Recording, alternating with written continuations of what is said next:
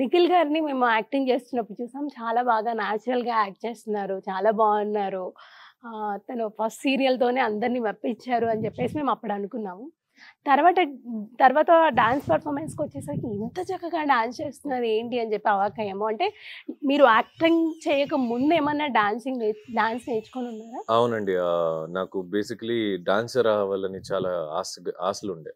Okay. సడన్‌గా life track అనేది మారుతది కదా! మనం అనుకున్నదంతా ఏదైతే అందరూ ఎక్కడెక్కడో ఉండేవాళ్ళం. సో, అలా ఇండస్ట్రీకి వచ్చాను. సో, దెన్ ఇండస్ట్రీలో కూడా ఈవెంట్స్ ఇలాంటివి ఉన్నప్పుడు డాన్స్ ఉంటది. అది ఇది అని so, I jumped in. Okay. అలా యాక్టింగ్‌లోకి వచ్చి తర్వాత డాన్స్ చేశారు. సో, అన్ని ఇయర్స్ తర్వాత మీ కల నెరవేరబోతుంది అన్న ఎక్సైట్‌మెంట్‌తో మీరు డాన్స్ పెర్ఫార్మన్స్ చాలా బాగా చేశారు కదా! సో, ఇంత బాగా డాన్స్ చేస్తున్నప్పుడు ఒక్కసారి మీకు ఏదైనా మనసులో గుర్తొచ్చిన మెమరీ అంటే ఏం గుర్తొచ్చింది ఆ మొమెంట్‌లో? డాన్స్ గురించి. మెమోరీస్ అనేది చిన్నప్పుడు నాకు ఏం అవ్వాలనేది అనుకున్నాను. అది స్టేజ్‌లో ఎక్కినప్పుడల్లా నేను ఒకటే అనుకుంటా. జస్ట్ థింక్ నువ్వు చిన్నప్పుడు ఏం అవ్వాలనుకున్నావు? Stage is yours. మొత్తం పెర్ఫార్మన్స్ మంచిగా చేశారు. వస్తదో పోతదో నాకు అనవసరం. నువ్వు నీది నీది. ఈ ఒక 5 నిమిషాలు ఏం పర్ఫార్మ్ చేస్తావో అది నీది. 5 నిమిషాలు నీది మాత్రమే ఎవ్వడు లాక్కోలేడు.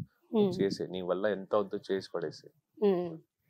మరి కావ్య గారితో పర్ఫార్మ్ చేయడం యాక్చువల్లీ నిజంగా చెప్పాలంటే ఆ డెడికేషన్ కి పాపం తను పడ్డ స్ట్రగుల్స్ ఆ పర్ఫార్మెన్సెస్ టైంలో తనకి చాలా బ్లడ్ క్లాట్స్ అయినాయి. లిఫ్టింగ్స్ అన్ని చేస్తున్నప్పుడు చాలా చెయ్యి లెగ్స్ దగ్గర అంతా చాలా సఫర్ అయింది. అంటే హెవీ స్టెప్స్ అలా అంటే మనం లిఫ్ట్ చేస్తున్నప్పుడు ఇలా పట్టి బ్లడ్ క్లాట్ అయిపోతుంది చెయ్యి దగ్గర కాల్ అబ్బాయిలు ఎలా పట్టేసుకుంటే అండ్ నిజంగా నాకు ఇప్పుడు జనాలు చెప్తారు మీరు చాలా ప్రొఫెషనల్ గా చేస్తారు, మీరు చాలా బాగుంటది. ఆ షోలో కావ్య ఉంది కాబట్టి అంత బాగా చేయగలిగాను నేను. ఆ సపోర్ట్ ఉంది అక్కడ. నాకు ఒక నిజం చెప్పాలంటే ఒక ఎంకరేజ్మెంట్ తను లేకపోయి ఉంటే I couldn't have done so much. అంటే సో ఫార్ అంత ఈజీగా అంత అద్భుతంగా పర్ఫార్మెన్సెస్ నేను చేయలేమేమో అనిపించింది. Okay, coming to Sravanthi serial, wow చాలా బాగుంది. అంటే చిన్నప్పుడు అందరం కలిసి కూర్చొని శ్రవంతి సీరియల్ చూసి ఎంజాయ్ చేసిన వాళ్ళము. మళ్ళీ శ్రవంతి ఒక రీక్రియేట్ లాగా మళ్ళీ కొత్తగా వస్తుంది అని విధంగానే హ్యాపీ ఫీల్ వచ్చింది. దట్టు అలా వెళ్తోంది సీరియల్ కూడా చాలా మంచిగా. సో ఈ శ్రవంతి సీరియల్ అవకాశం రావడం, ఈ శ్రవంతి సీరియల్ మీరు యాక్ట్ చేయడం మీకు ఎలా అనిపిస్తుంది? యాక్చువల్లీ నాకు నెగటివ్ షోస్ అంటే చాలా ఇష్టం. ఓకే, రియల్ లైఫ్ లో కాదు, యాక్టింగ్ లో. ఒక షేడ్స్ ఉంటాయి. అంటే మనం ఎలా కావాలో మన స్టైల్ మార్చొచ్చు. హీరో రాదని కాదు. ఈ నెగటివ్స్ లో నాకు ఒక అనిపిస్తుంది, మజా అనిపిస్తుంది. అండ్ దీంట్లో 2 రకాల ఆడతాడు ఈ క్యారెక్టర్ ఏముందో రిషి అనేది. He'll behave positive, he'll behave negative. He's a sadistic person actually. Okay. So నాకు వచ్చినప్పుడు నేను ఏమేం చేయొచ్చు, అప్పుడు భరణి గారు చీలాసో శ్రవంతిలో ఏమేం చేశారు ఎట్లా అని నేను కూడా ఆయన చూసి ఓకే ఈయన ఇలా చేశాడు నాకు ఒక థాట్. అంటే వాళ్ళందరూ ఒక సెట్ చేసేసారు, ఇంకా అది ముట్టుకోవడానికి మా వల్ల మేము పడుతున్న చాలా బాగా చేస్తున్నారు మీరు కూడా. Thank you. సో ఆ కష్టాలు అవన్నీ చూస్తే ఇప్పుడు చేయాలి, ఇంకా చేయాలని కొంత డైరెక్టర్ తో మాట్లాడి ఇంప్రూవైజ్ చేసుకుని అండ్ టీమ్ కూడా అలాగే సపోర్ట్ చేస్తూ we're doing it. Let's see. Yes, Nikhil గారు మామూలుగా సాడిస్టిక్ పర్సన్ అన్నారు కదా ఈ సీరియల్లో వచ్చేసి, అండ్ అలాంటి కైండ్ ఆఫ్ రోల్ అని చెప్పేసి. సో రియల్ లైఫ్లో మీరు ఎప్పుడైనా ఈ జర్నీలో అలాంటి సాడిస్టిక్ పర్సన్ని మీరు ఎక్స్పీరియన్స్ అయ్యారా, ఫేస్ చేశారా? నా లైఫ్ లో అలాంటి వ్యక్తులు లేదండి. లేదా? అంటే ఇప్పుడు దాకా నేను కలిసింది 2 రకాల ప్రేమ. ఒకరు మమ్మల్ని నిజంగా ప్రేమిస్తారు, ఒకళ్ళు అబద్ధంగా దొంగతనంగా ప్రేమిస్తారు. వీళ్ళిద్దరిని కలిసే తప్ప దొంగతనంగా ప్రేమించిన వాళ్ళు ఎవరు? నా తరపు నుంచి ఇప్పుడు నా వల్ల ఏమైనా బెనిఫిట్స్ ఉంటారు కదా, అడ్వాంటేజ్ తీసుకోవడంలో నేను ఈజీగా నమ్మేస్తా. తర్వాత తెలుసుకుంటారా? ఇప్పుడు వాళ్ళు మోసం చేశారు లేదా ఏదో చేసిన తర్వాత తెలుసుకోను, ఇంకా వాళ్ళని డైరెక్ట్లీ అవాయిడ్ చేసేస్తా. వాళ్ళు కూడా తెలుస్తుంది, ఇంకా వాళ్ళు I'll give them chance, but it doesn't mean that అంటే మనుషులు కాకుండా ఇంకెవరు తప్పు చేస్తారు. అప్పుడు కూడా తీసుకోకపోతే ఇంకా మేమే తీసుకోవడం మరి అదంతే కదా.